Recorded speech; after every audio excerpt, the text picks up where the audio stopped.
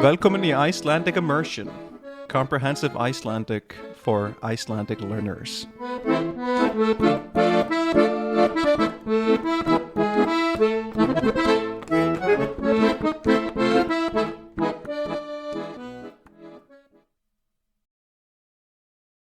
Góðan dag og vertu velkomin í þátt númer 51 af þessu hlaðvarpi.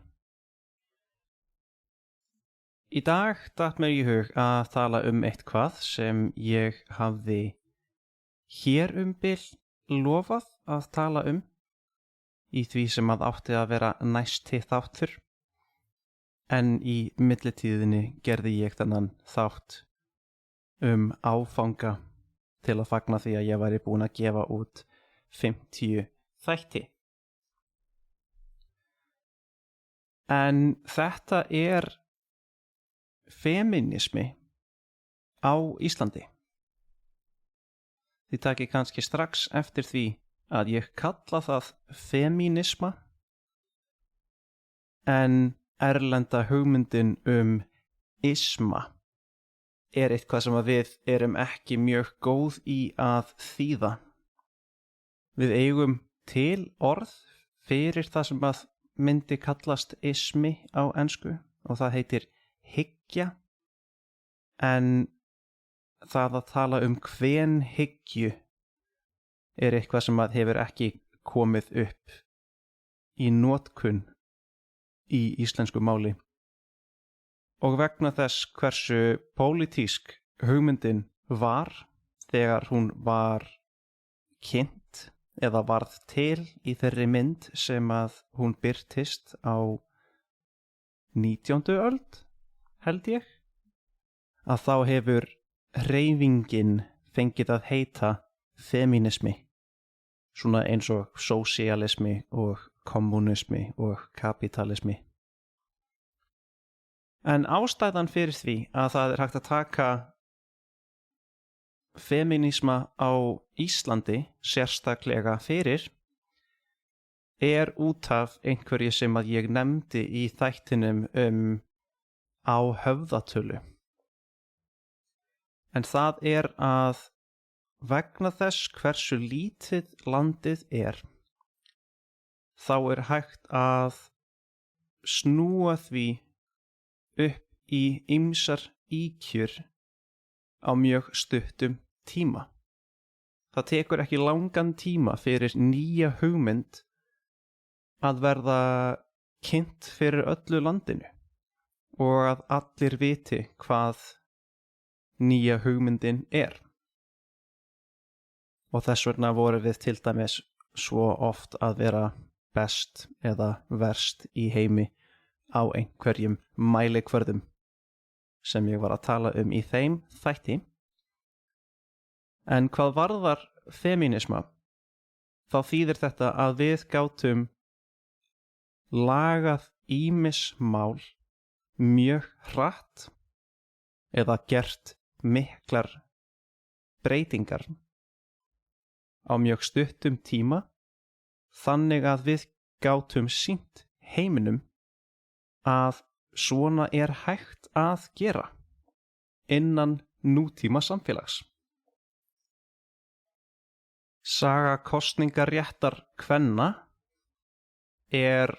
mjög svipuð saga og sögð víða í heiminum, að konur hafi verið ósáttar við það að mega ekki kjósa til þings eða forseta eða taka þátt í lýðræðinu án þess að vera mjög tengd eða háð einhverjum öðrum, eins og til dæmis eiginmanni. En það í kringum lok 19. aldar, allavega á Íslandi, sem að feminismi byrjar að festast í sessi og hugmyndin verður víðdreifð landið og samfélagið.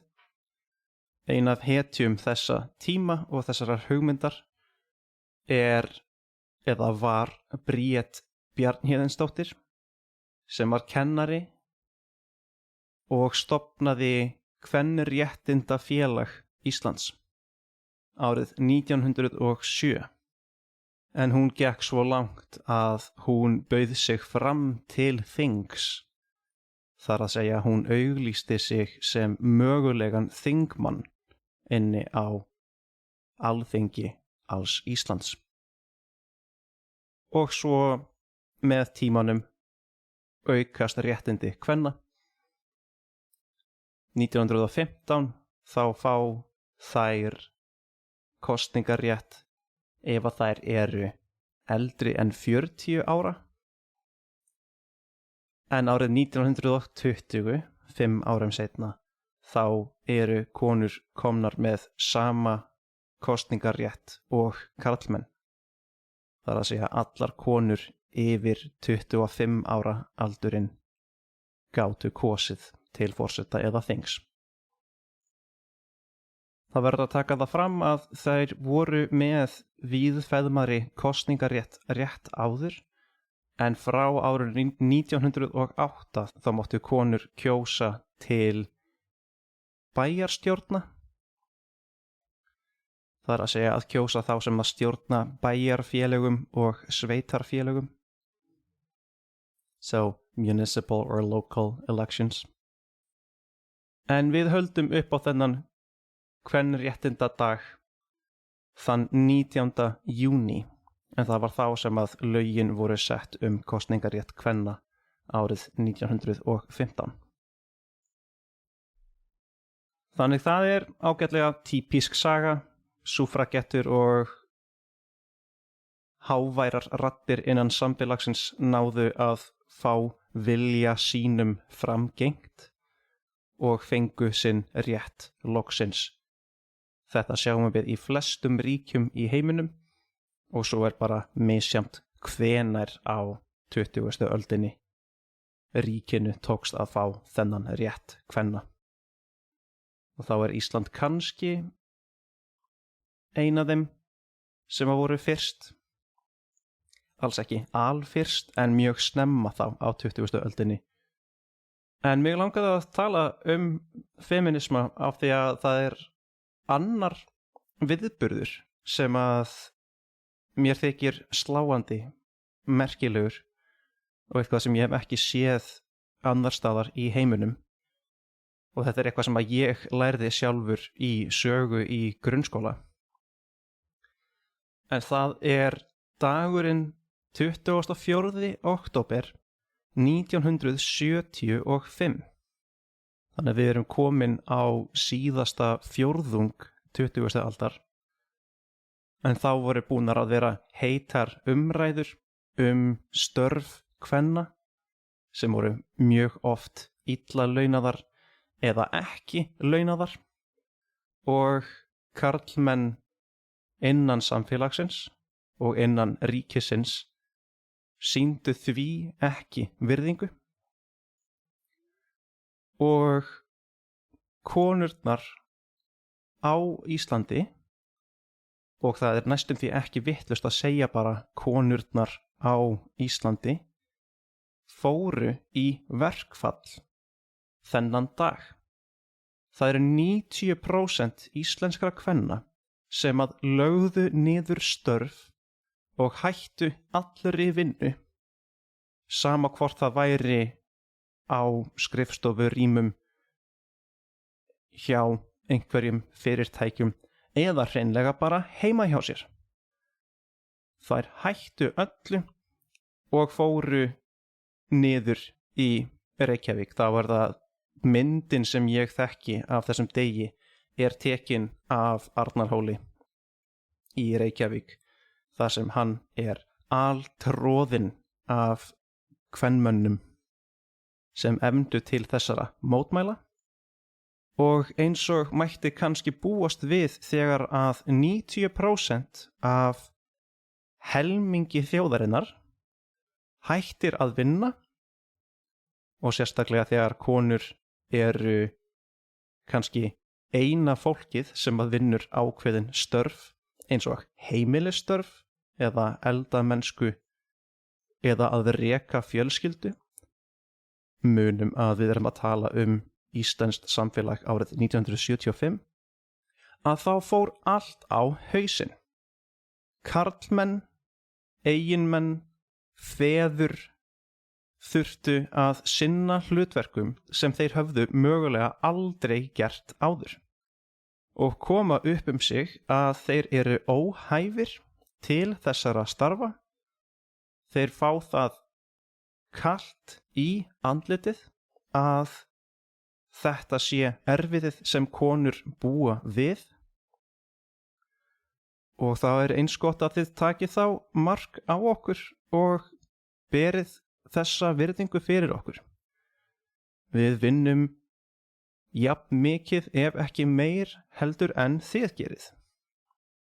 Þessi kvennadagur skerðist þann 24. október 1975, en hann hefur verið haldinn aftur síðan þá. Ekki á hverju ári þó, en þó með nokkuð reglulegu millibili.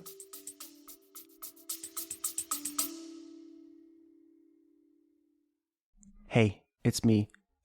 Sorry, I just wanted to interrupt a little bit. This is probably coming in at a very annoying AI-generated time in the podcast.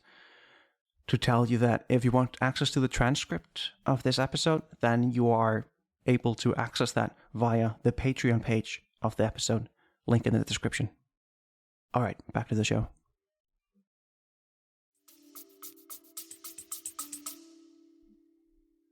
Og það er gert með mjög merkilegu sniði.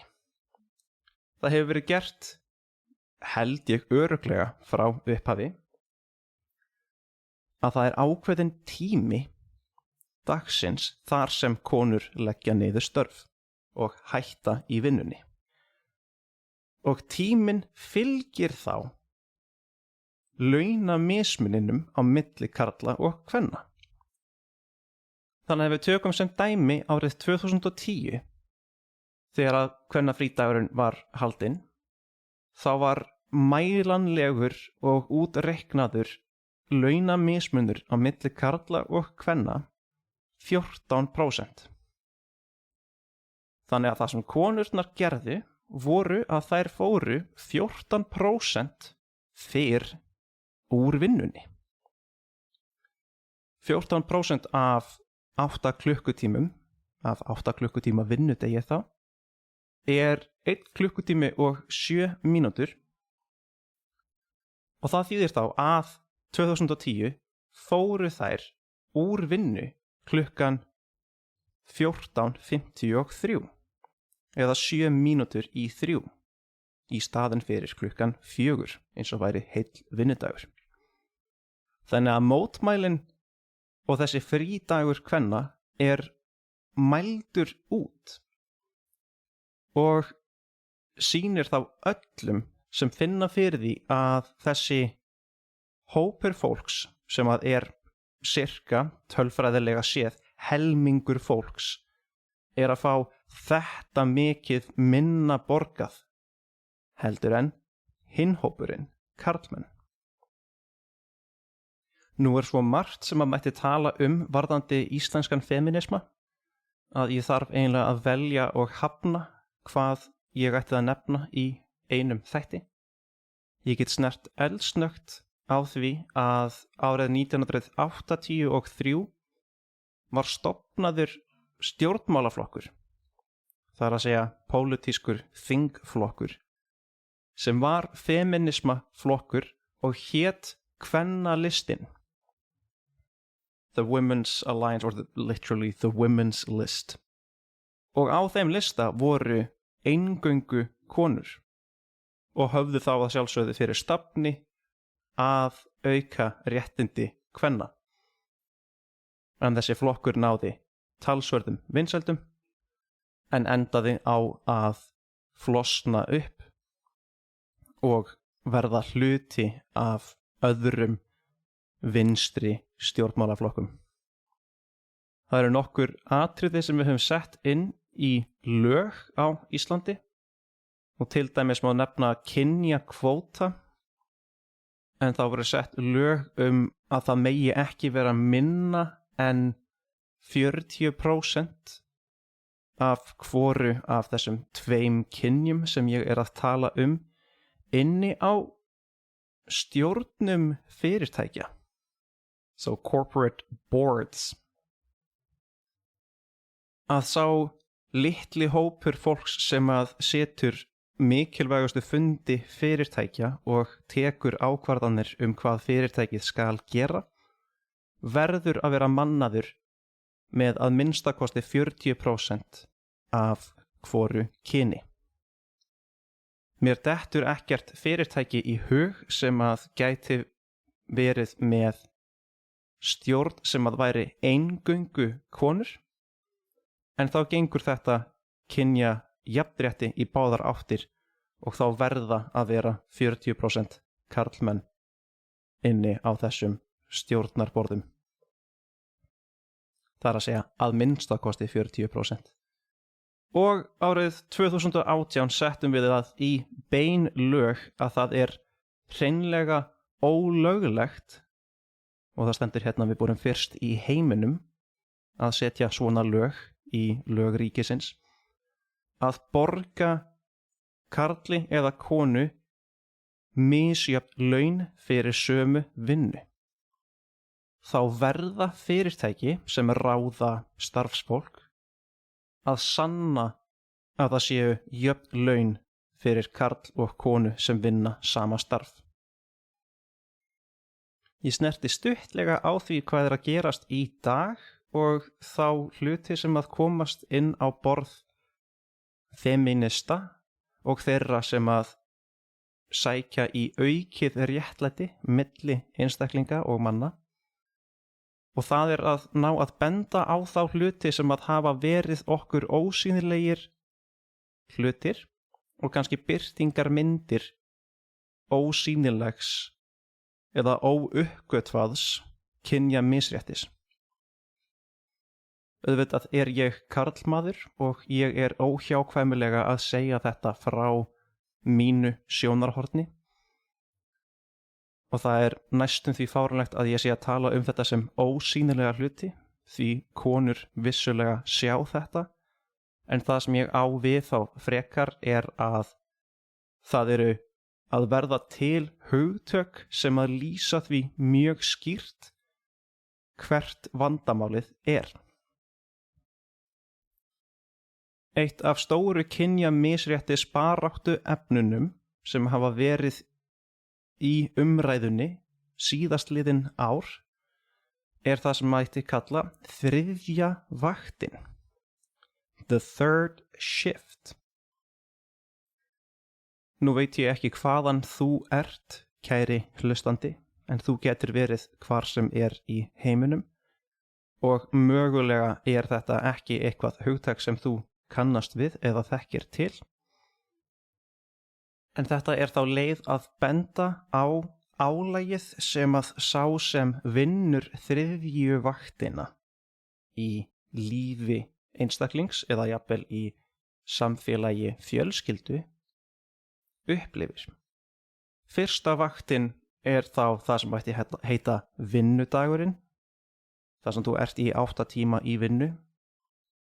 Svo er önnur vaktin sem er að sjá heimili, reka heimili og reka fjölskyldu, sem er þá, þú veist, að sinna börnum, sjá matseld, halda heimili hreinu og svo framvegis. En þriðja vaktin er sú sem að í rauninni hættir aldrei og það eru áhyggjurnar sem stafa af því að þurfa að vera meðvitaður allt sem er í gangi. Að vera sá sem hefur stjórn á hlutunum og man það sem þarf að muna. En þetta er vakt sem er yfirleitt unnin af konum. Og ef ég fer í síðasta punktin sem að maður verður eiginlega að enda á.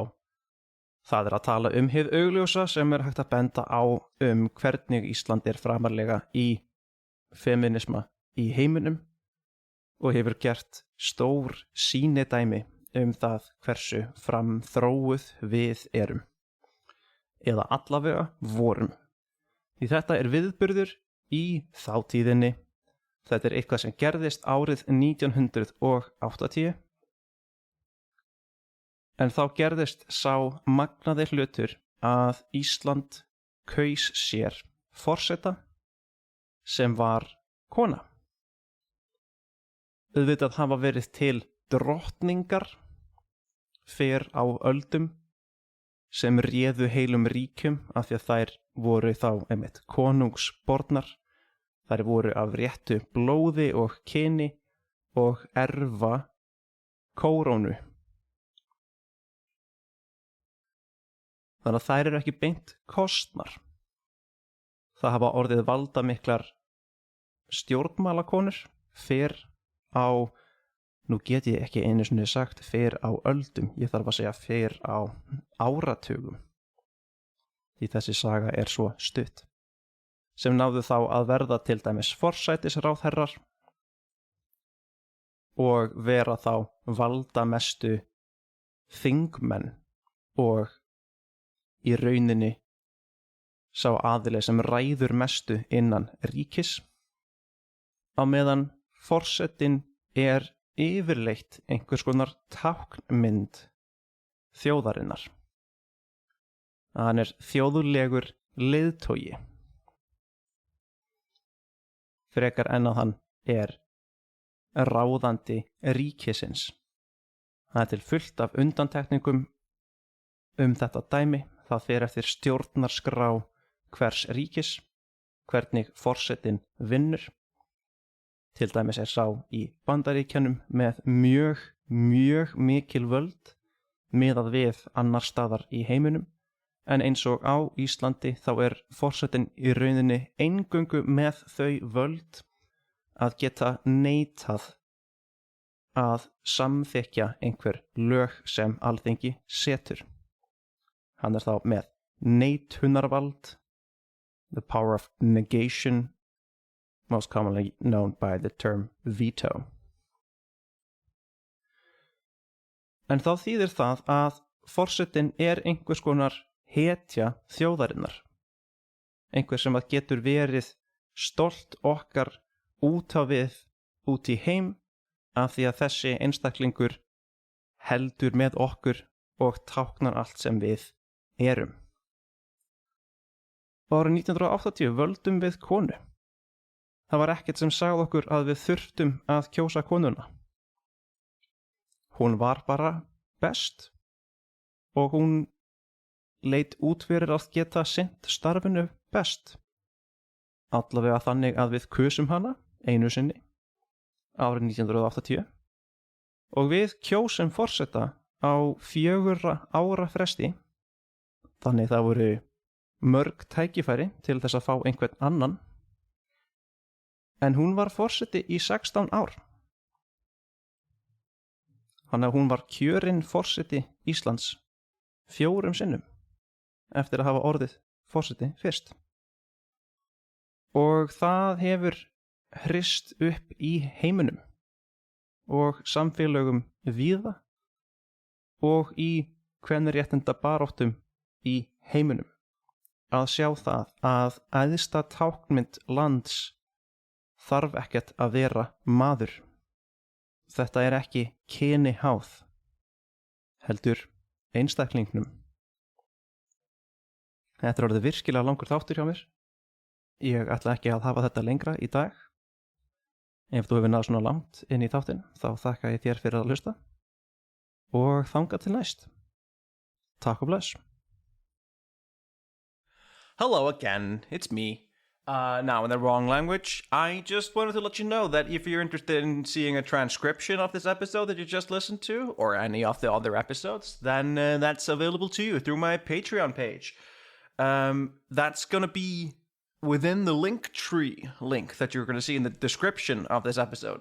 So if you're interested in finding the Patreon page, the Facebook page of the show, or even my teaching page on italki, then all of that's going to be found underneath that little umbrella that is the Linktree link there. So don't be shy, click away. Thanks again for listening, and hope you'll come again. All right, take care.